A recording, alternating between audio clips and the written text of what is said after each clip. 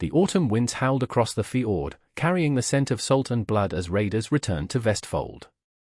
Among the crowd gathered at the shore stood Freydis Valsdottir, her golden hair whipping across her face, hands clenched into fists as she searched the longships for her father's standard. The knot in her stomach tightened when she saw his ship, listing badly to one side, the sail torn to shreds. "Where is my father?" she demanded as the first warriors stumbled ashore, their faces grim with defeat. Thorbrand Grimson, her father's sworn sword brother, approached her with heavy steps. Blood matted his red beard, and his eyes held the hollow look of a man who had witnessed Ragnarok. He extended his hands, and in them lay her father's arm ring and sword. "Jarl Val fell with honor," Thorbrand said, his voice raw. "The Saxons were prepared for us. Their king had gathered thrice our numbers." Freydis accepted the items, her face a mask of stone though her heart shattered within. "And his body?" she asked, knowing what it meant that they returned without it. "Lost to the sea. The gods have claimed him for Valhalla." The gathered villagers murmured prayers to Odin, but Freydis heard nothing beyond the roaring in her ears. Her father, the great Jarl Val Haraldsson, gone.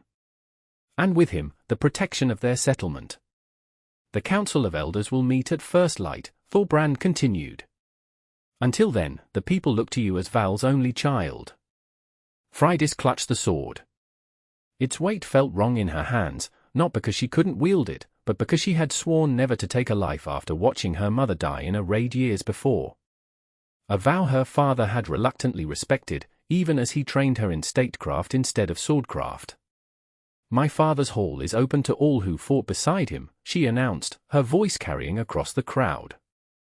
"Tonight we honor the fallen. Tomorrow, we decide our future." That night, as mead flowed freely and warriors recounted tales of Val's courage, Freydis sat in her father's high seat, watching. She knew what tomorrow would bring.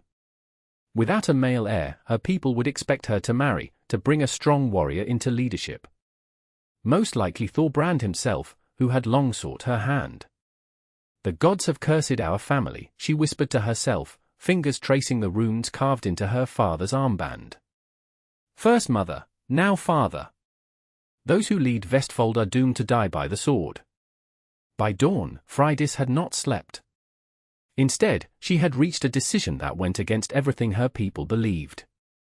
When the council gathered, 12 greybeards and battle-scarred warriors, she stood before them not in a woman's apron but in her finest dress, her father's arm ring secured above her elbow, his sword conspicuously absent. "Jarl Valsdottir honors us with her presence," said old Gorm, the eldest council member. "Now, we must discuss who shall lead Vestfold. Thorbrand Grimson has the strongest claim through blood brotherhood." "I will lead," Freydis interrupted, her voice calm but unyielding. A moment of stunned silence, then laughter erupted from several warriors. "You?" Thorbrand said, more confused than mocking. "A maiden who has never raised a sword in battle? Who has sworn never to take a life? Vestfold needs a warrior, not a woman who fears bloodshed." Freydis felt the heat of shame but did not waver. "I do not fear bloodshed, Thorbrand. I reject it. Look what the old ways have brought us, half our men dead, our ships broken, our wealth spent on vengeance rather than building. Without raids, how would we prosper?" demanded Harek One-Eye. "The sword is our livelihood."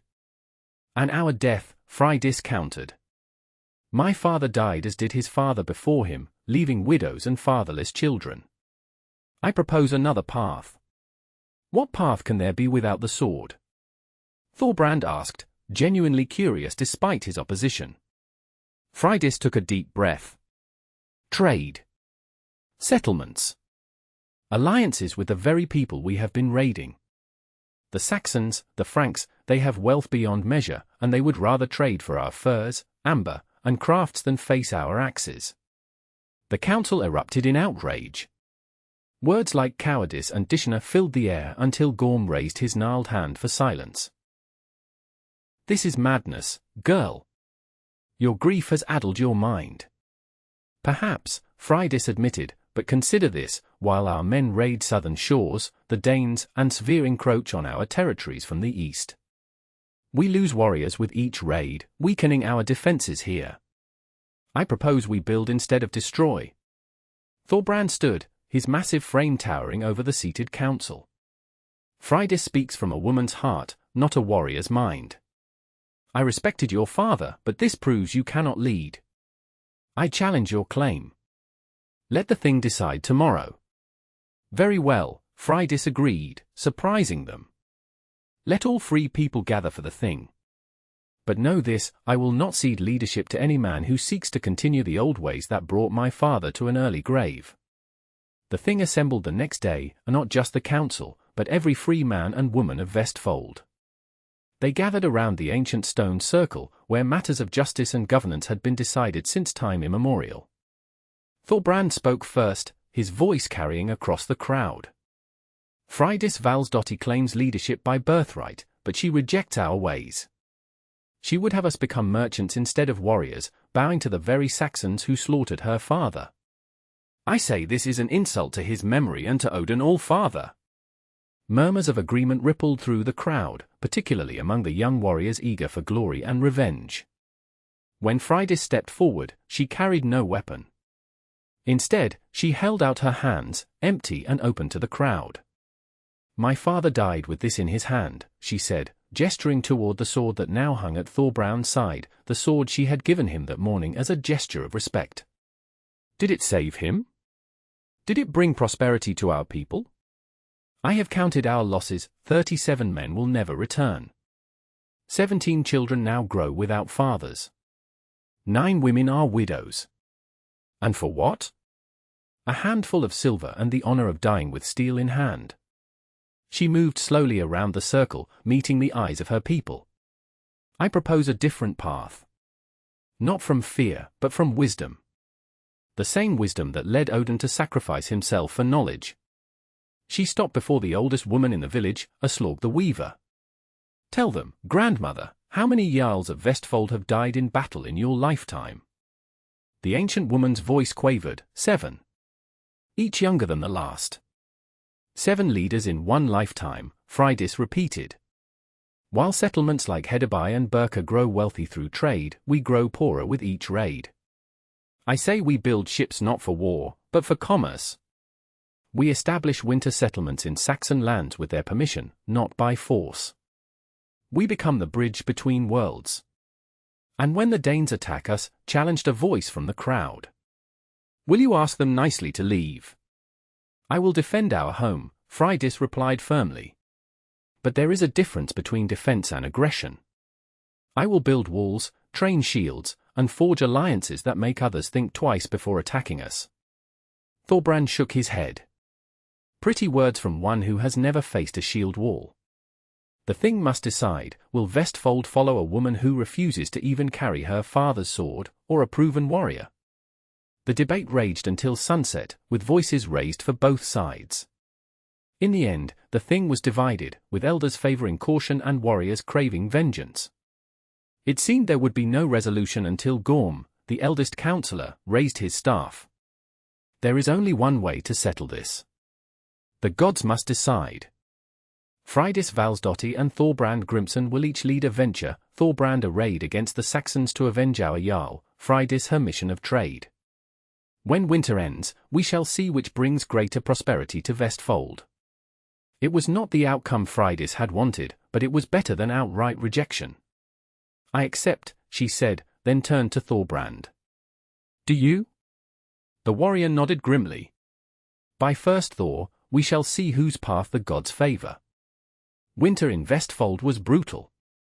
As snow buried the longhouses and ice choked the fjord, Freydis worked tirelessly.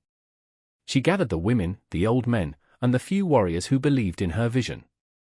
Together they crafted the finest furs, the most intricate woodwork, and jewelry of amber and silver, goods that would fetch high prices in foreign markets. More importantly, she sent messages, carried by traders traveling south before the snows, to Saxon settlements. Not threats, but offerings of mutual benefit. Most went unanswered, but one returned with unexpected news. A Saxon lord named Edwin of Northumbria was willing to meet with representatives of Vestfold to discuss terms of trade and possible settlement. Meanwhile, Thorbrand prepared for war. He trained young boys barely old enough to hold shields, recruited warriors from neighboring steadings, and rebuilt the damaged longships for a massive raid come spring. As the ice began to break in early spring, both leaders prepared to depart. Thorbrand's warband consisted of 5 ships and nearly 200 warriors, all men eager for glory and vengeance. Freydis had only 2 ships, crewed mostly by older men and several women skilled in trade and crafts. "You sail to your death," Thorbrand warned her the night before departure, finding her alone on the shore. In the moonlight, his features seemed softer, concerned rather than threatening. "These Saxons cannot be trusted. They killed your father." "In battle," Freydis replied. "After he attacked their lands. I go in peace." Thorbrand stepped closer. "I could protect you. Wed me, and you need not undertake this fool's errand. Together, we could rule Vestfold as it was meant to be ruled." For a moment, Freydis saw not just ambition in his eyes, but genuine care. Perhaps even love. They had grown up together, trained together. In another life, perhaps. "I must follow my path, as you must follow yours," she said gently. "Let the gods decide which is right." Thorbrand's expression hardened. "So be it." The next morning, both expeditions departed, Thorbrand's ships heading southwest toward the Saxon shores where her father had fallen, Freydis's vessels sailing southeast toward Northumbria, where this Edwin awaited. The journey was treacherous. Spring storms battered Freydis's ships, and twice they nearly capsized. Raiders, their own kinsmen from other settlements, approached once, only turning away when they realized the ships belonged to Vestfold. After nearly 2 weeks at sea, they finally spotted the coastline of Northumbria. As agreed in their messages, they made landfall at a small, natural harbor where a contingent of Saxon warriors awaited. Tension filled the air as the Northmen lowered their sails and approached cautiously. "Remember," Freydis instructed her people, "no weapons drawn unless we are attacked first. We come as merchants, not raiders." When her boot touched Saxon soil, Freydis felt the weight of the moment. No woman of her clan had ever led such a venture, and certainly not one of peace rather than plunder. The Saxon warriors watched warily, hands on sword hilts, as the Northmen assembled on the beach.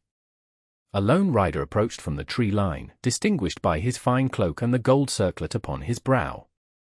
He dismounted with the ease of a man accustomed to both battle and ceremony. "I am Edwin, then of these lands by grace of King Ethelred," he announced in heavily accented Norse. "Which of you leads this unusual company of Northmen?" Freydis stepped forward. "I am Freydis Valsdottir, daughter of Jarl Val Haraldsson of Vestfold. I come seeking trade, not conflict." Edwin's expression betrayed his surprise at being addressed by a woman. His men murmured among themselves, some making the sign of the cross at what they clearly viewed as an aberration. "A woman leads Norse warriors? These are strange times indeed," Edwin remarked, studying her with undisguised curiosity. He was younger than she had expected, perhaps 30 winters, with dark hair and keen eyes that missed nothing. "Your message spoke of trade and settlement. Yet your people have only brought death to our shores before."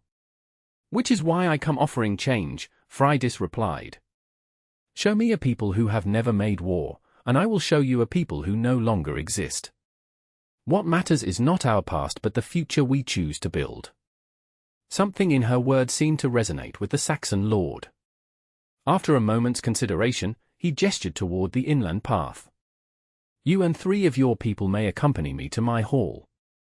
The rest will remain here under watch. Any sign of treachery, and none of you will return to your homeland." "Agreed," Freydis said without hesitation, though her companions exchanged nervous glances. The journey to Edwin's settlement revealed a land not unlike her own, farms nestled between forest and sea, simple people working the land. The main difference was the stone church that dominated the settlement, its cross reaching toward the heavens like a declaration against the old gods. In Edwin's hall, they spoke long into the night. Freydis presented her goods, furs that brought gasps of appreciation, amber jewelry, and walrus ivory carvings of extraordinary detail. In return, she asked for the right to establish a winter settlement for traders, permission to sell their goods at Saxon markets, and knowledge of their farming techniques. You ask much, Edwin said finally, for people who have been our enemies for generations. I offer more, Freydis countered. Knowledge of northern routes your ships could never navigate alone. Access to goods from as far as the lands of the Rus. And most importantly, a buffer against other raiders. Those who trade with us would be under Vestfold's protection. Edwin studied her with those penetrating eyes. And how does a woman who refuses to wield a sword offer protection? The same way you maintain peace with neighboring kingdoms, through alliances, through mutual benefit, and yes, through the threat of consequences. I may not wield a sword myself, but my people do, when necessary. A faint smile touched Edwin's lips. You are not what I expected from the Northmen. Perhaps that is why I am here, while others continue the old ways, Freydis replied. By dawn, they had reached an agreement, tentative, filled with conditions, but an agreement nonetheless. Freydis's people would be allowed to establish a small trading post at the mouth of the river, with strict limits on numbers and weapons. In return, they would provide specific goods and information about other raiders' movements. As they formalized the terms, a commotion erupted outside. A messenger burst into the hall, face flushed with exertion. My lord! Raiders, 5 ships of Northmen, have landed at Dunmouth. They've already put 3 farms to the torch. Freydis felt the blood drain from her face. Thorbrand, she whispered. Edwin's expression hardened instantly, his hand flying to his sword. You knew of this? This was your plan, to distract us while your real force attacked elsewhere. No. Freydis protested. These are my kinsmen, yes, but they do not act under my authority. In fact, they act against it. The Saxon lord's eyes narrowed dangerously. Give me one reason why I shouldn't execute you all right now as spies and conspirators. Freydis straightened her back, meeting his gaze without flinching. Because I will help you stop them. The words hung in the air between them, shocking both Edwin and her own people. You would betray your own kind? Edwin asked incredulously. I would uphold the future I believe in over the past that destroys us, Freydis replied. Let me speak to their leader.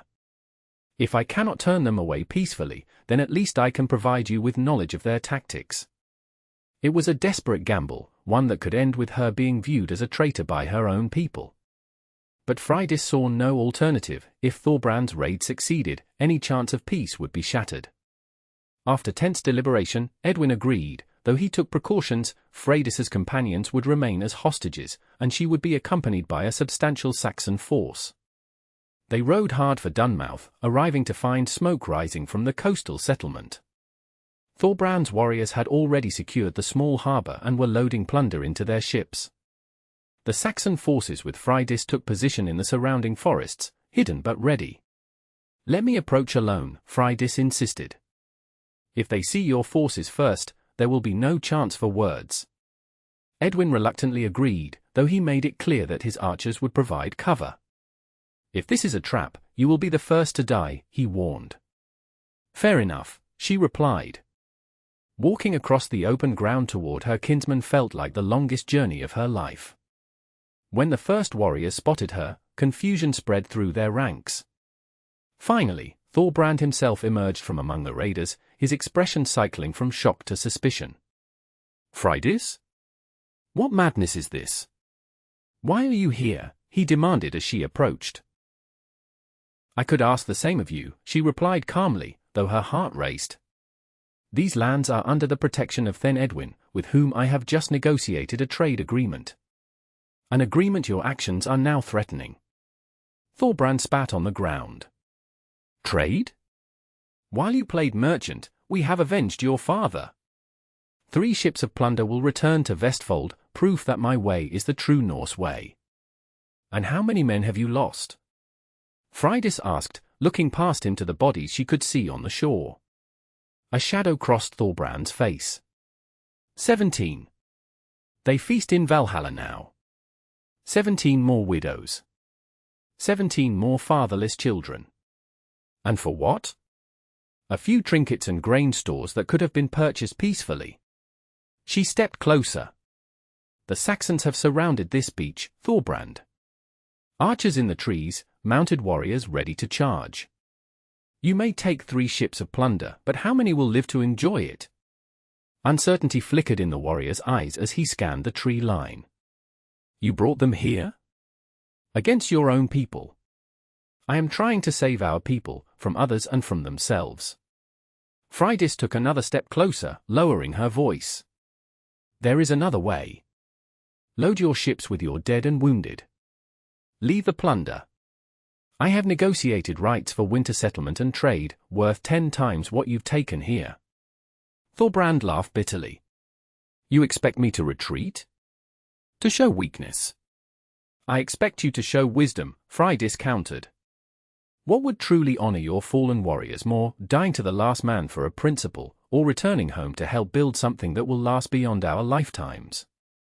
The standoff lasted long moments, tension thick enough to cut with a knife.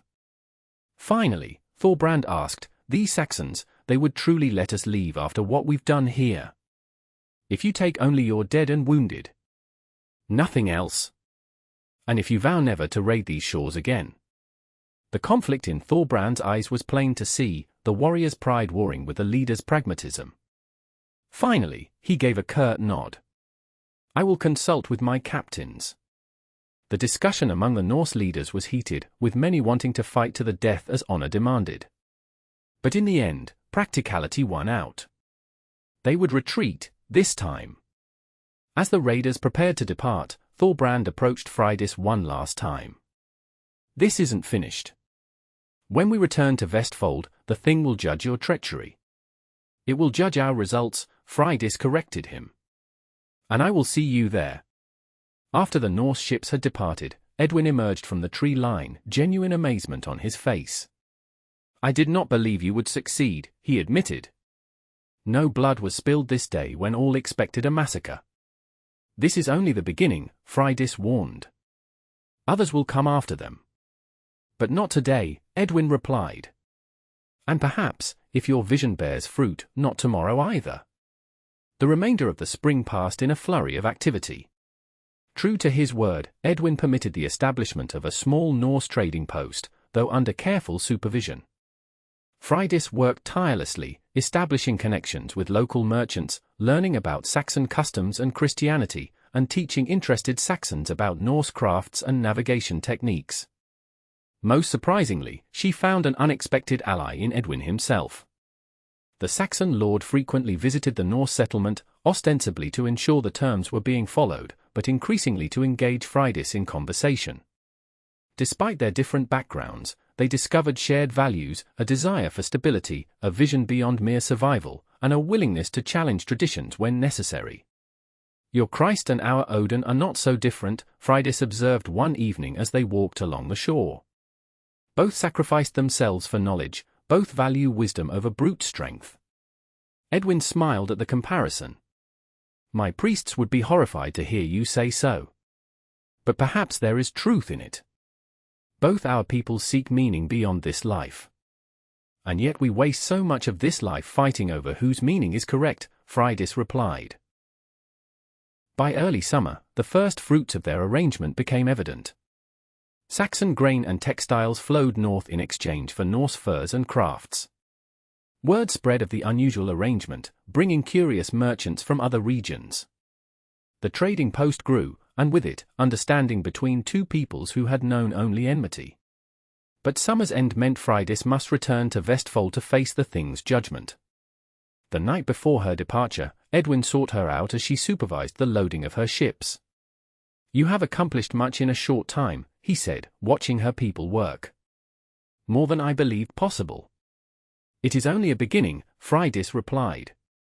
Now I must convince my own people. Edwin hesitated, then spoke with uncharacteristic uncertainty. There is another possibility.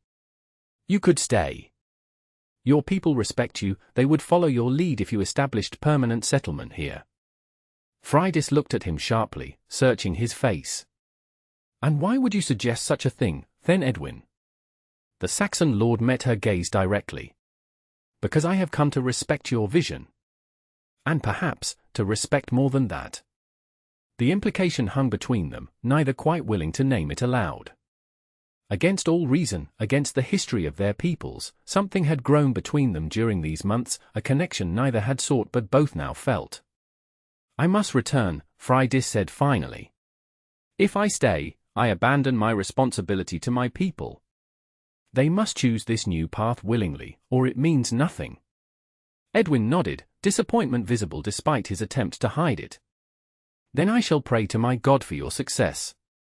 And perhaps, when you return next spring." "Perhaps," Freydis agreed, allowing herself to acknowledge the possibility that had been growing in her heart. The return voyage to Vestfold was swift, aided by favorable winds. As her ships entered the familiar fjord, Freydis saw a sight that made her heart skip, not just the usual fishing boats and handful of longships, but a veritable fleet anchored in the harbour. Thorbrand had clearly returned before her, and had been busy. The welcome she received was cold. Word of her actions in Northumbria had spread, how she had betrayed Norse raiders to the Saxons, how she had forbidden her people from joining in a raid. Most damning, how she had negotiated with the enemy without bloodshed or honor price for her father's death. The thing was convened immediately upon her arrival. The entire settlement gathered at the stone circle, but this time the mood was dark, the faces hostile. Thorbrand stood before the assembly, his expression triumphant. "Freydis Valsdottir returns at last," he announced. "Let her show what her path of weakness has brought Vestfold." With dignity, Freydis presented the fruits of her expedition, trading rights secured, Saxon goods acquired, and most importantly, knowledge gained of southern lands and customs that would allow for expanded trade in the future. Her ships carried less immediate plunder than Thorbrand's raid had yielded, but the promise of sustainable prosperity was clear to any who would see it. "This is what can be achieved without bloodshed," she concluded. "A beginning, not an end." Murmurs ran through the crowd, some thoughtful, others dismissive. Thorbrand stepped forward again. "Pretty words and meager goods," he scoffed. "Meanwhile, I have returned with 3 ships of plunder and, more importantly, with honor intact. Yes, we lost warriors, but they died as true Norse, weapons in hand. Meanwhile, you conspired with the very Saxons who killed your father. You prevented your kinsmen from taking rightful vengeance.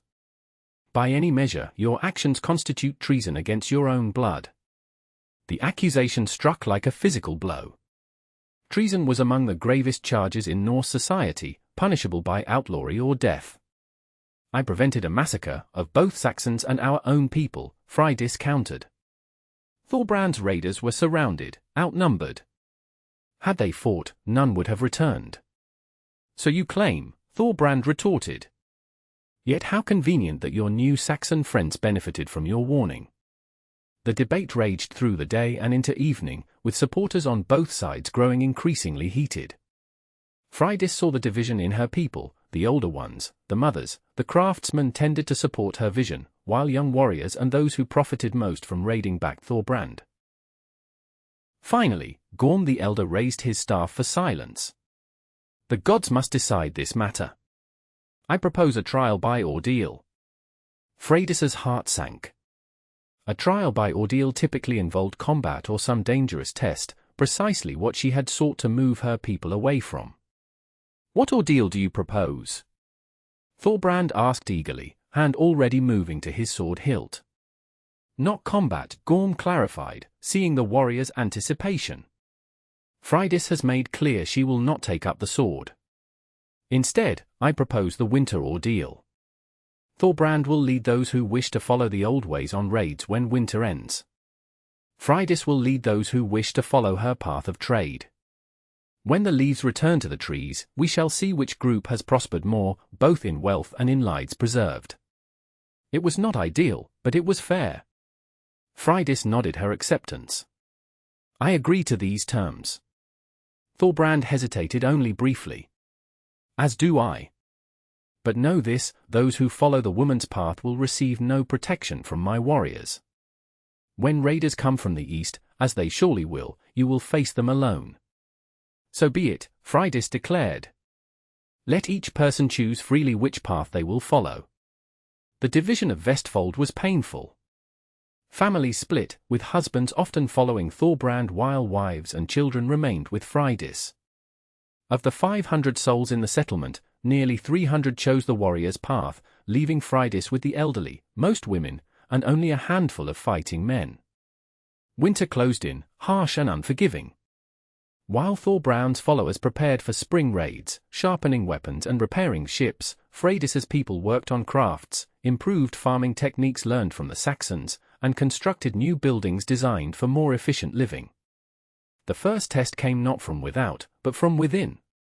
Food stores ran low by midwinter, a common occurrence, but made worse by the division of resources. Thorbrand's group, having claimed most of the hunting grounds, fared better than Freydis's people. "Your vision brings only hunger," taunted Ulf, one of Thorbrand's chief supporters, as Freydis's people tightened their belts. "Without the sword, you cannot even feed your followers." Rather than arguing, Freydis put into practice something she had learned from Edwin: fish traps of Saxon design, placed beneath the ice. While Thorbrand's hunters struggled through deep snow in search of dwindling game, Freydis's people harvested fish in abundance, enough to feed themselves and, eventually, to share with the other group when their hunger overcame their pride. The second test came as winter began to loosen its grip. A band of Danish raiders, having heard of Vestfold's divided state, attacked under cover of a late winter storm. They struck first at Freydis's section of the settlement, expecting easy plunder from the weakling woman's followers. What they found instead was preparation. Using Saxon defensive techniques, Freydis had constructed a simple palisade around her portion of the settlement. More importantly, she had established an early warning system of signal fires along the coast. Though her fighting force was small, it was well organized, with every person, man, woman, and child assigned specific duties in case of attack. The Danes found themselves facing not just warriors, but an entire community defending its home. Women poured boiling water from the walls, children ran messages between defensive positions, and the few trained fighters held strategic choke points rather than engaging in glorious but futile one-on-one combat. When Thorbrand and his warriors finally arrived, expecting to find devastation, they instead witnessed the Danes retreating, having suffered significant losses for minimal gain. "You repelled them?" Thorbrand asked in disbelief, finding Freydis directing the repair of a damaged section of wall. "We defended our home," Freydis replied simply. "Not for glory, but for survival." The incident caused several of Thorbrand's followers to reconsider their choices. If Freydis's weak approach could defend against raiders while still pursuing prosperity through trade, perhaps there was wisdom in it after all. By the time spring truly arrived, the balance had shifted. More families reunited under Freydis's leadership, drawn by her proven success in both survival and defense. When the day came for Thorbrand to lead his raid, barely 100 warriors joined him, less than half his original following.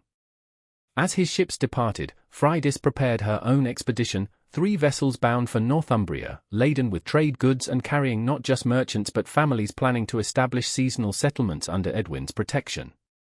"You may yet win this contest," observed Gorm, watching the preparations. "Though I admit, I did not expect it." "There is no winning or losing," Freydis replied. "Only different paths. Thorbrand's may bring glory and plunder, but mine brings something more lasting." "And what is that?" the old man asked. "A future," Freydis said simply. Her second journey to Northumbria was markedly different from the first. Where once she had arrived uncertain and alone, now she led a confident expedition with clear purpose. Edwin welcomed them with formal ceremony, the trading post having been expanded in anticipation of their arrival. What Freydis had not anticipated was the change in Edwin himself. Where once diplomatic caution had characterized their interactions, now there was unmistakable warmth. "Your success has reached even the king's ears," Edwin told her as they walked the boundaries of the expanded Norse settlement. "He has expressed interest in establishing similar arrangements in other Saxon kingdoms." "That would be beneficial for both our peoples," Freydis replied, maintaining the formal tone despite the growing awareness of his proximity. Edwin stopped walking, turning to face her directly. "I have thought of you often since your departure," he said without preamble. "More than is wise for a Saxon lord to think of a Norse leader." Freydis felt heat rise to her cheeks, but met his gaze steadily. And I have thought of you. Also more than is wise. There has never been a union between our peoples, not a peaceful one, at any rate, Edwin continued. It would challenge everything both Saxons and Norse believe about each other. I have made a practice of challenging beliefs, Freydis replied, allowing a small smile. Edwin took her hand, a bold gesture that crossed cultural boundaries. Then perhaps we should discuss a more permanent alliance. One sealed not just by trade agreements, but by stronger bonds. Before Freydis could respond, a commotion erupted from the harbour. A lone Norse ship was approaching, not one of hers, but bearing Vestfold standard. As it drew closer, she recognized the figurehead of Thorbrand's personal vessel. It seems we have an unexpected visitor, she said, reluctantly withdrawing her hand from Edwin's. The ship that docked carried not raiders but a grim cargo. Thorbrand himself stood at the prow, his normally proud stance diminished. Behind him, wrapped in sailcloth, lay rows of bodies. What happened? Freydis demanded as he disembarked alone, clearly expecting no welcome. Thorbrand's face was haggard, his eyes hollow with grief and exhaustion. We raided the Frankish coast as planned. But they were waiting, Greek fire and catapults. 3 ships lost before we even reached shore. He gestured to the shrouded forms. 42 dead. I am the only captain who survived. Edwin stepped forward, hand instinctively moving to his sword, but Freydis stopped him with a touch. You came here rather than returning to Vestfold, she asked Thorbrand. I remembered what you said about the Saxons having different burial rites than ours. About how your Edwin had consecrated ground where Norse dead could be laid to rest according to our ways. Thorbrand's voice broke slightly. I could not return home with such failure. At least here, they might have honorable burial. The admission, both of defeat and of seeking Freydis's help, clearly cost the proud warrior dearly. Freydis looked to Edwin, a question in her eyes. After a moment's hesitation, the Saxon lord nodded. We have established a place for Norse burials, as part of our agreement. Your dead will be treated with respect. Relief washed over Thorbrand's face, followed quickly by shame. I was wrong, he said quietly, for Freydis's ears alone. Your path, it is not weakness. I see that now. The burial took place at sunset, combining Norse tradition with practical necessity. Unable to build 42 separate ships for burning, they instead created a massive pyre on a hillside overlooking the sea. Edwin provided resources without hesitation, and Saxon priests stood respectfully distant while Norse survivors performed their rites. As flames consumed the fallen warriors, Thorbrand stood beside Freydis, his expression thoughtful in the firelight. What will you do now? She asked. Return to Vestfold. Face the judgment of the thing. My way has failed, the old ways have failed. He looked sideways at her. Unless what? Unless you were to return with me. To speak for me. To help unite our people under your vision. Freydis studied him, searching for deception and finding none. You would accept my leadership? Truly? I would. Not just accept it, I would support it. Thorbrand gestured toward Edwin, who stood at a respectful distance. I see what you have built here. I see the respect he holds for you, respect earned not through fear but through wisdom. Vestfold needs this more than it needs glory. The request surprised her, but not as much as her own hesitation to accept. She glanced toward Edwin, feeling the pull of what might be possible here, on this borderland between worlds.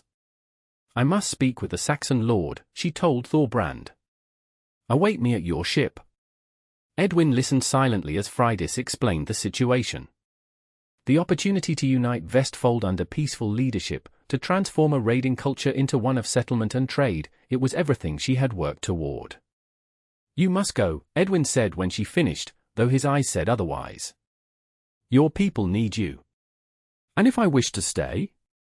Freydis asked, the question carrying weight beyond its simple words. Edwin took both her hands in his. Then I would ask you to be my wife. To build something here that neither of our peoples has seen before, true union between Saxon and Norse. That is a choice I never expected to face, Freydis admitted. Duty to my people, or love, Edwin finished for her. For that is what I offer, Freydis Valsdottir.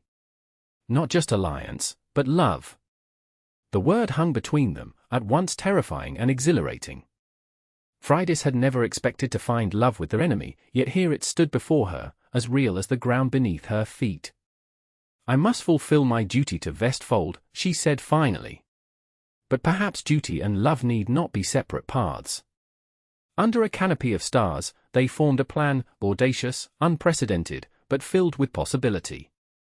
Freydis would return to Vestfold with Thorbrand, unite her people, and prepare them for a new future, not as raiders, but as settlers and traders.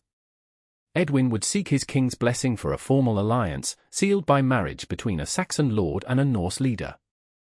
Autumn, Freydis promised as they said their farewells. By the first frost, I will return, with my people's blessing or without it. I will wait, Edwin vowed. For however long it takes. The return to Vestfold was tense but hopeful. Thorbrand's defeat and change of heart sent shockwaves through the community. The thing gathered again, this time to hear both leaders speak not in opposition but in unity. I have seen what lies ahead for our people if we cling to the old ways, Thorbrand told the assembly, his voice carrying across the hushed crowd. Death. Defeat. A slow fading as other peoples grow stronger through trade and alliance. Freydis showed me another path, one where we retain our strength and identity, but channel it toward building rather than destroying. When Freydis revealed the proposed alliance with Northumbria, including her marriage to Edwin, reactions were mixed. Some saw it as the ultimate betrayal of Norse ways, while others recognized the unprecedented opportunity it represented. My father died raiding Saxon lands, Freydis reminded them. What honor would there be in continuing a cycle that leaves our children fatherless and our future uncertain? Instead, I offer a new saga, one where Vestfold becomes not just another raiding settlement, but the center of a network spanning from the northern ice to the southern kingdoms. The debate lasted 3 days. Arguments raged, families divided, and at times violence seemed imminent. But gradually, the wisdom of Freydis's vision prevailed, aided greatly by Thorbrand's unexpected support and the visible evidence of what her approach had already achieved. On the final day, Gorm the Elder called for a decision. The thing has heard all sides. Now we must choose our path forward. Will Vestfold follow Freydis Valsdottir's vision of trade and alliance? Will we accept her union with the Saxon lord as the foundation of a new era? The vote was not unanimous, but it was decisive. By a clear majority, the people of Vestfold chose Freydis's path, and with it, a future different from anything their ancestors could have imagined. As autumn painted the hills in crimson and gold, a fleet departed Vestfold, not raiders seeking plunder, but settlers seeking new beginnings. At their head sailed Freydis, no sword at her side but strength in her bearing. Beside her stood Thorbrand, now her most loyal supporter and commander of what fighting forces they maintained for defense. They were greeted on Northumbrian shores by Edwin and a delegation including a bishop sent by the king himself. The marriage that followed combined Saxon Christian rites with Norse traditions, a symbolic bridging of worlds that many had thought forever separated by blood and hatred. You have done what weapons could not, Edwin told Freydis as they stood together overlooking both Saxon halls and newly constructed Norse longhouses. You have conquered without a sword. Not conquered, Freydis corrected him. United. There is a difference that my father never understood, but that you helped me see. And what of the gods? Edwin asked. Your people still honor the old ways, while mine follow Christ. Will this always divide us? Freydis smiled, watching children, Saxon and Norse alike, playing together near the shore. The gods will sort themselves out in time. Odin sacrificed himself for wisdom, your Christ sacrificed himself for love.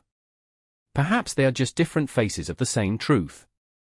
In the years that followed, Freydis's vision flowered into reality.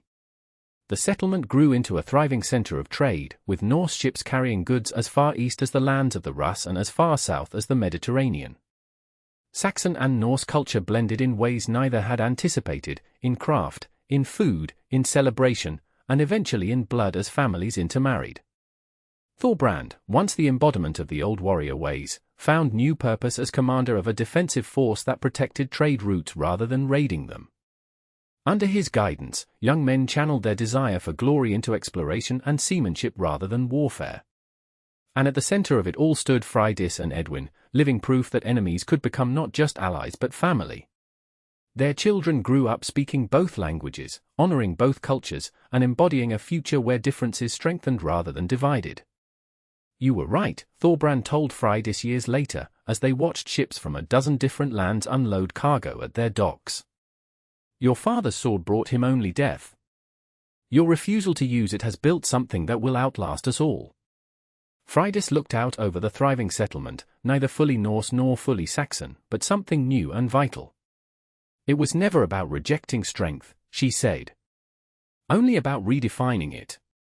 The strongest shield wall cannot compare to the strength of people united by choice rather than fear."